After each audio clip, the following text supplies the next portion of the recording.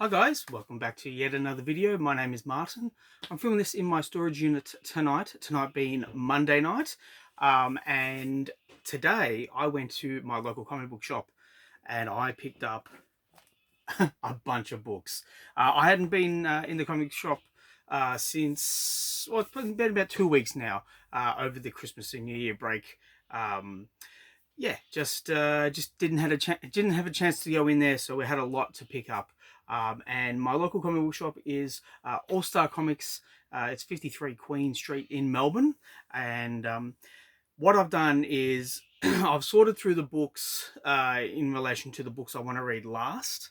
And the ones I'm really keen on, I'll show at the bottom of the pile. Wait, does that make any sense? The stuff I'm going to read last is the stuff you're going to see first. That's what I meant to say. Now, the first one I have here, it's a facsimile edition of DC Comics Presents number 26 with Superman and Green Lantern on the cover. And if you know, you know, it's the first appearance of Cyborg and Starfire and Raven. And it's like half of the Teen Titans. And yeah, I saw the original at a convention in April last year, and it was about there was two. There was two. One guy had it for 110, and the other guy had it for 180. And I thought, oh, you know, it's up there in price, and I'm keen because you know it is a first appearance. But ultimately, I didn't grab it because I thought, you know, they probably do have a facsimile edition, and obviously they do here. I'll read this first, and if I enjoy it and I feel compelled to buy the original, I might splash out. Now, the next one is also another facsimile edition. It's Batman 608, the first issue of the Hush storyline, and we're about to get the Hush sequel coming out very soon. So that should be interesting. We'll see how it stacks up against the original, but here's the facsimile edition, and I'm glad to get it. Now, this is something a little bit different, and this is something that was just for All Star Comics. I was walking past all the trades to the back wall where all the new releases are, and you go past the trades, and then there's all the Aussie comic books, and I saw this. And it really piqued my interest because this is obviously not an Aussie comic book. It's a homage to the Marvel Premere issue 62 featuring Colleen Wing. And it's a brand new book. It's all new art. It's old paper. It's old paper stock with old ads. But the artwork is absolutely incredible. Yeah. Let's see. It was drawn by Benji Badgerak. Let me just check that out. And here he is, Benji Badgerak.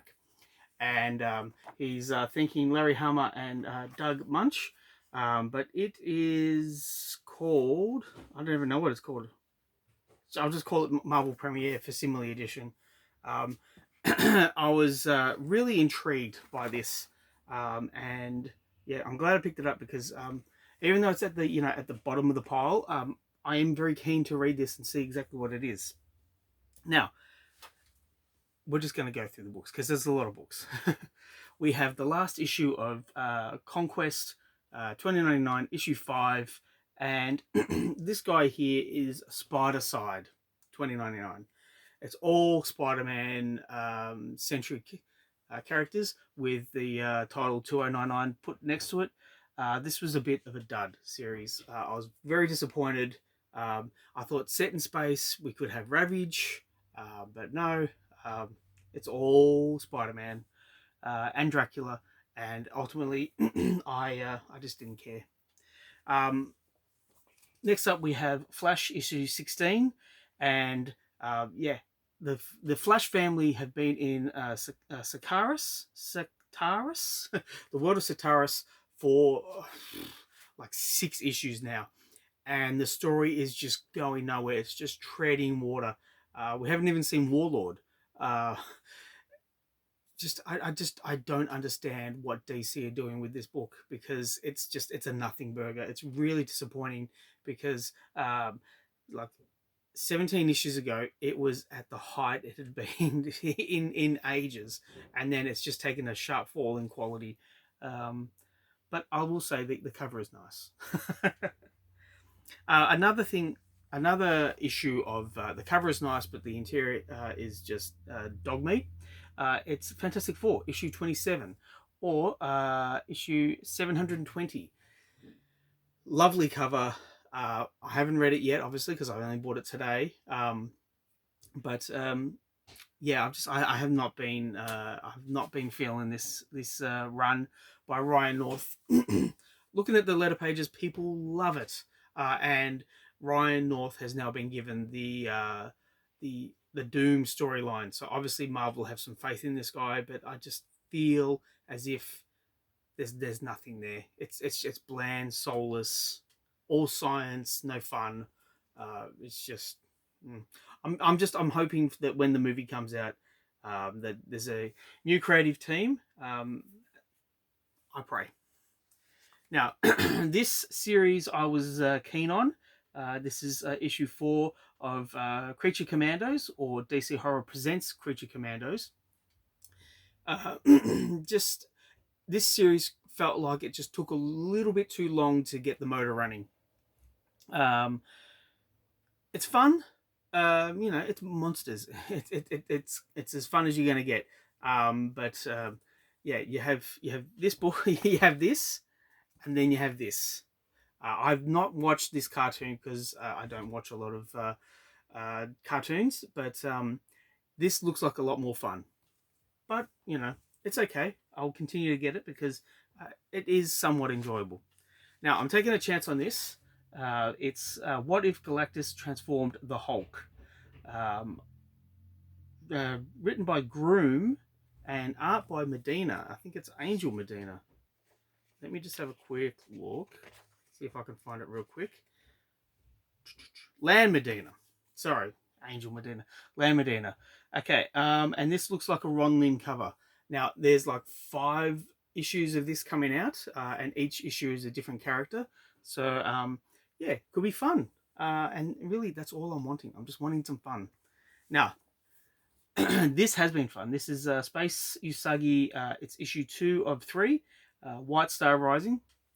The only problem is that there's a bit of a lull between issues, just because there's so much put into each page that Stan Sakai needs a little bit of leeway to get it all going. But I tell you what, when it comes out, it's fun stuff.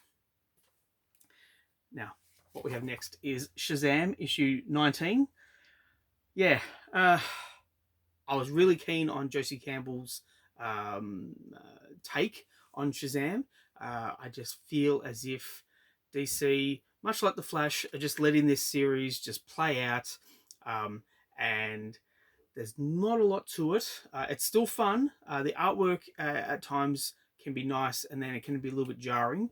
I will continue to get it because, yeah, it is Shazam. It is fun.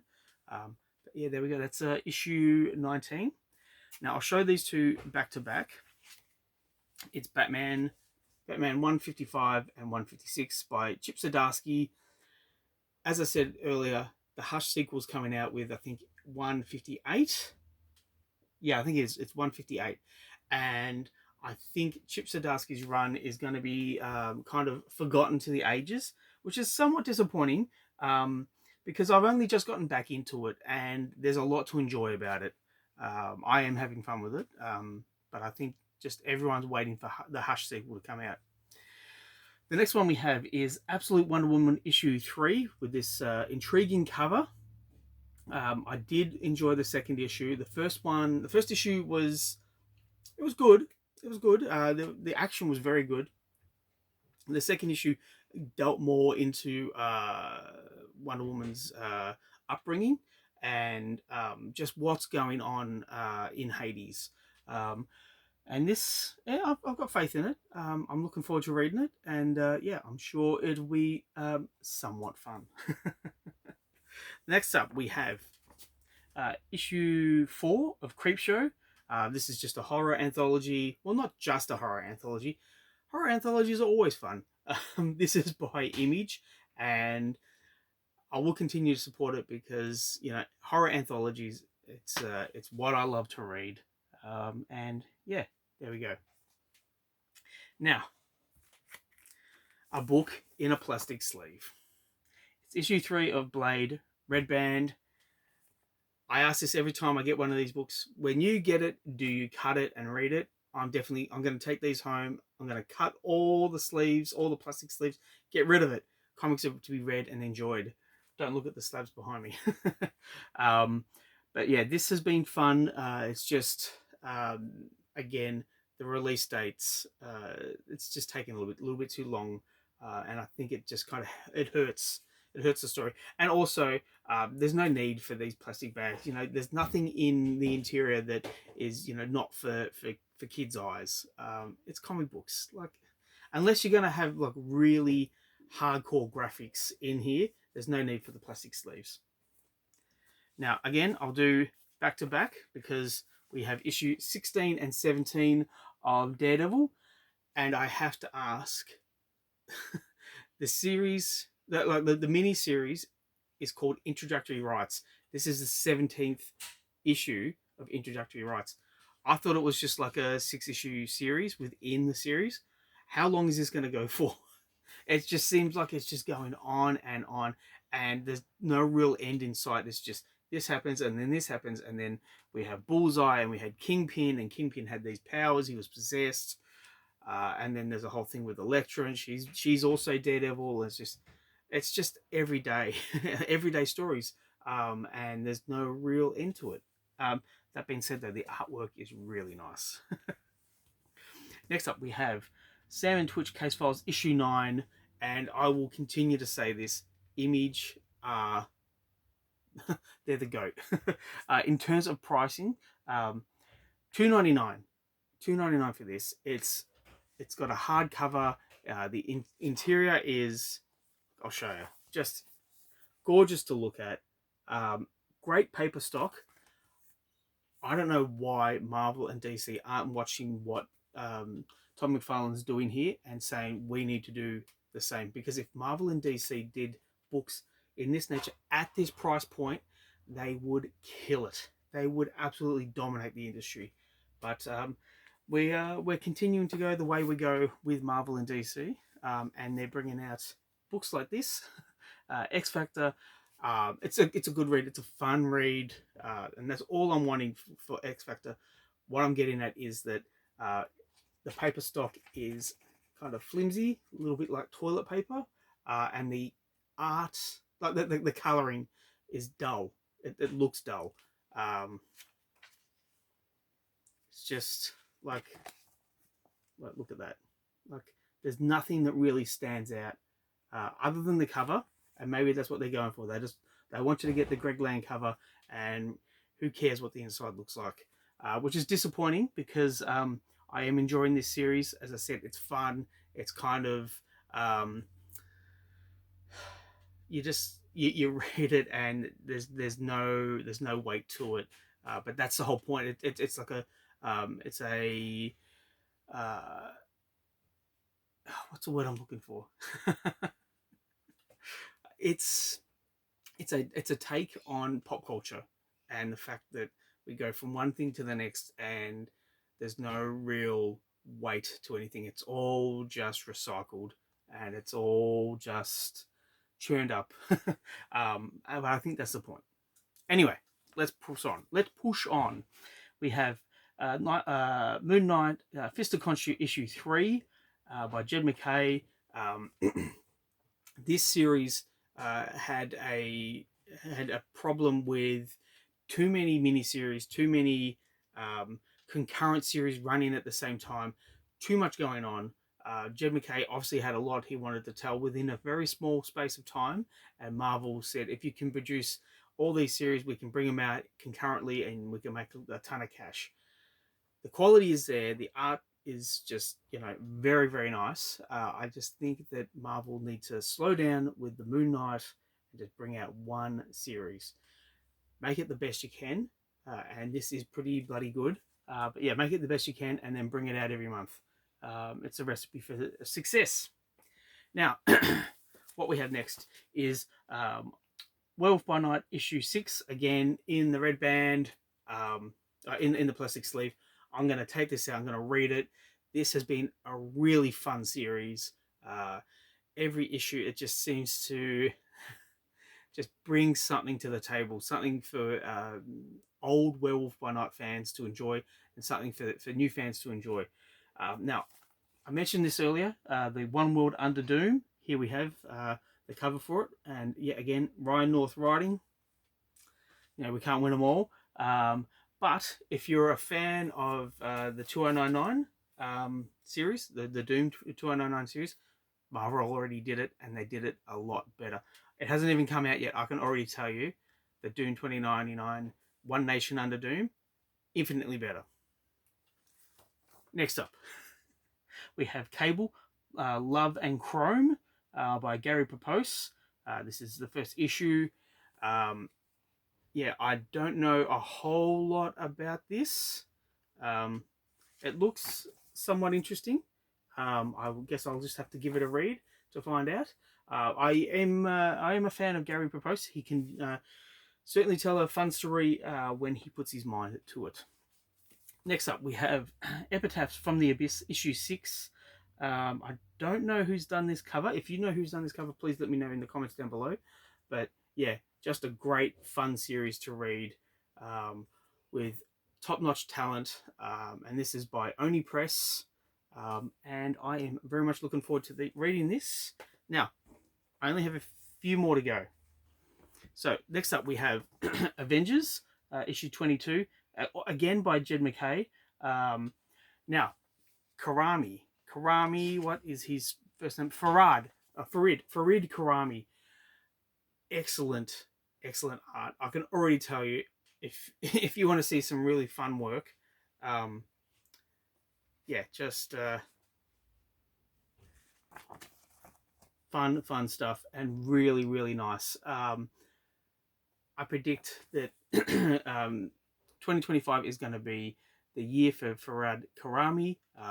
If Marvel know what they're doing, they put his name into books that people are going to read. Yeah, we're in for some fun stuff, because just top-notch art there. Now, talking about top-notch art, we have, Dan Mora on Justice League Unlimited. This is issue 2.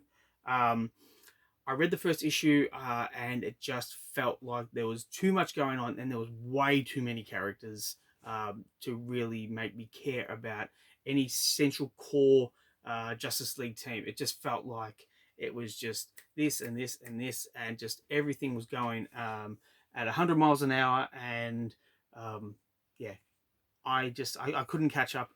But Mark Waid, Dan Mora, it's a recipe for success. I'm keen on it, and I'm going to read this, and I'm hoping to enjoy it. Next up, Teenage Mutant Ninja Turtles issue 5. Now, this series has been all over the place just because of the artwork. Every different artist for every different issue has their own style and their own pacing, and that works fine. But when you have it issue by issue, it can be very jarring. I think IDW would have been better to have had Jason Aaron and one central artist do the first, say, 6 issues, and really get the grounding of what they're doing with the Turtles. And look, to be honest, the story is really good. I just think it would have been better off to just have one really good artist to do the first 6 issues. But I'm keen to see what's going to happen in this, so that's why it's at the top of my pile. Next up, we have JSA issue 3, and we have Hawkman here. I'll put this at the top of my pile because this just looks really intriguing to me. I won't talk about the pitfalls of the JSA story. I think I said that in my previous video. I have faith that this is going to be a good read, a fun read, and I'm looking forward to it. Again, another fun read. We have Superman issue 21, and we have Superman and Superwoman. They look like they're on the moon. and we have Doomsday down here, not looking too happy, but for some reason we have to save the date. So yeah, I'm intrigued by this series. There's always something that makes me just go, yep, Joshua Williamson knows what he's doing, and I have faith that he's going to tell us a story that's going to intrigue us and entertain us, and that's really all I want. So there's 5 more to go. Well, there's a lot of books here.